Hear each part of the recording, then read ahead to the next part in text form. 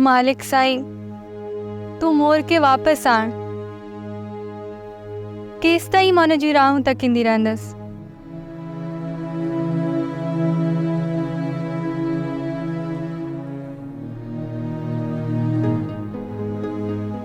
राणी छा पई नियारी?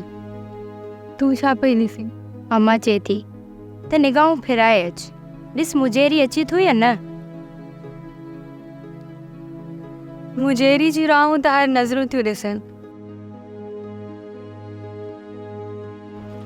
ऑफिसर मेरी बाबा तो क्यों साला मिलायो?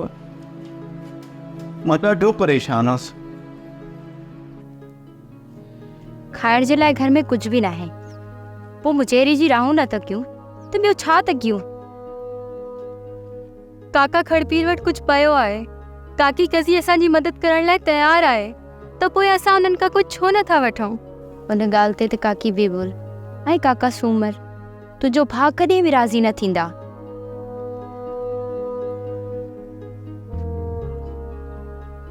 थोरी त ॻाल्हि हुई, वधी वण थी वई आहे। इहा ई तुंहिंजी ग़लती आहे, तूं उन वण खे पाणी ॾेई वधायो आहे। इहा ई त मुंहिंजी ग़लती आहे, जंहिं ते मां पछतायां थी। काश मां मोर ते बेहयाई जो इल्ज़ाम न हणां। तूं आहीं तकड़ी, सदाईं हर कम में तकड़ कंदी आहीं। मोर नाराज़ थी वियो आहे मूंखां वधाई। हाणे मोटंदो अलाए न। उन जूं ई राहूं त निहारिया पई। मुंहिंजी त बुख ई ख़तम थी वई आहे। पोइ मां छो काका मुजेरी जूं राहूं त कयां? मुजेरी तूं हिते ओचितो कीअं अचणु थियो आहे? हवाल त तमामु वॾा आहिनि। ऑफिसर, छा तूं मूंखां बीठे बीठे हवाल पुछंदे? असल में छा आहे जो ऑफिस जो कमु घणो आहे। साहु मोकिलियो आहे, फाइन ॾियो ज़रा, अरे चवणी। मुजेरी तूं हिते वेह, मां ऑफिस जो कमु छॾायां, पोइ मिलूं था, ठीकु आहे?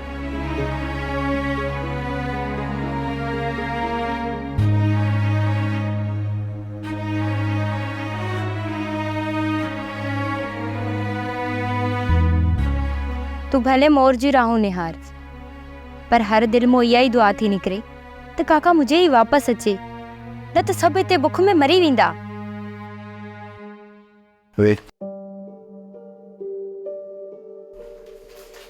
यमरा केरु हुयो?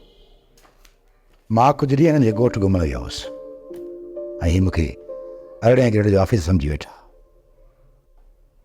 पर मूंखे ख़बर ई न आहे त मां हिकु मामूली क्लार्क आहियां। हाणे अची मां हिननि मां फाथो आहियां, हीअ अची मुंहिंजी गिची में पियो आहे। पोइ हिन जो छा सोचियो अथई? राति पाण रहायूंसि था, ॿियो छा कई? यार कमरे में एतिरी जॻह ई न आहे त हिन बला खे किथे रहाईंदे? राति कमरे में रहाए सुबुह जो रवानो कंदोमांसि। अच्छा वठे फाइल या असां हिनखे पाण सां गॾु कमरे ते वठी था। अलाए छो मूंखे ईअं महसूसु थियो ॼण त मां को गैर हुजां।